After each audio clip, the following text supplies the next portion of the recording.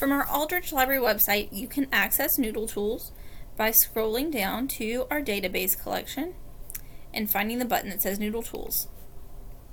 This will take you to the main NoodleTools website.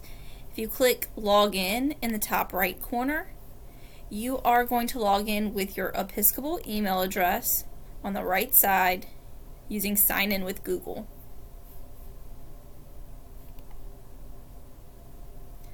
Once you're in NoodleTools, if you have any past projects, they will show up here on the main page. If you have a project that you're working on, you just click on it and you will be able to make edits. If you are creating a new project, you will click the green button in the top left corner that says New Project. You'll give it a name, you'll select your citation style, and your citation level, which should be advanced. For the purposes of this tutorial, I'm going to show you a project that has already been created. So I'm going to click on it and it's going to take me over to my project dashboard. This is where I can put in information such as the research question. I can link to my paper in Google Docs. I can also on this page use the share and collaboration feature to share my project with my teachers. So you are going to be sharing your world history research project with both your English and your history teachers. Once they have created a project inbox, they'll give you that title and you will click share with a project inbox. You'll be able to search and then they will have access to all of the information that you are adding here in NoodleTools. Also on the dashboard page, if you are a to-do list creator like me, you can add items to your to-do list and that will help you stay organized as you're working on your project. The most important tab getting started with your research project is going to be your Sources tab. And this is where all of the sources that you've added into NoodleTools will show up. So you can see here I have lots of sources that I've added on this project. When I'm looking at a particular source, it will tell me first the media type as well as a live link to that article or website if that is available. I'll have my citation listed right here.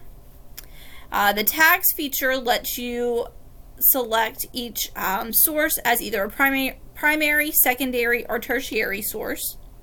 You can also see your note cards if you've already created those here within your Sources tab. And then under Options, you can edit either your citation or your annotation for a particular source. You can copy it. And another neat tool that is available here is the in-text reference. When you click on the in-text reference, it will give you the information for a parenthetical citation for that particular source, and it gives you a number of different examples and rules that you can follow whenever you are using that source within your paper. So those are the things that you can find under your Sources tab. Once you have your sources added, you're going to use the Note Cards tab. And this is where you can both create your note cards as well as your outline for your research project. So for adding a new note card, you're going to click the green button in the top left corner that says New, and it's going to give you a number of different types of information that you can add here. First, you're going to give it a title. Then you can select the source. So once you have your sources added under the Source tab, it's as easy as using this drop-down menu to select your source. There's a box here if you're using any direct quotations from a particular source, as well as places for you to put your paraphrasing, your information in your own words, and as well as any questions that you may have. So this is a great way for you to get information together from each of your sources. Keep in mind that one particular source can have a number of different note cards. A note card is not geared towards putting all of the information from a particular source. Instead, the point of a note card is to take one particular idea or piece of information from a source and make that available to you as you are sorting. So once you have your note cards created, they'll show up here either in this tabletop view or within the details view where you can click and see your note cards that will show up right here. Also on the note cards tab, this is a place where you can build out your outline. And so you can add either topics or subtopics. You're able to rearrange them even once they have been created. And the really cool thing about creating your outline here in NoodleTools is once you have that built, you are able to take and drag your note cards and drop them into particular parts of your outline. So this allows you to take the information that you've already gathered from your sources and put it into your outline where it's going to fall within your paper. So once you have your outline complete and you're ready to export, you're going to use the print button. And you have a couple of different options. If you want to export it to your Google Docs, that's a great idea.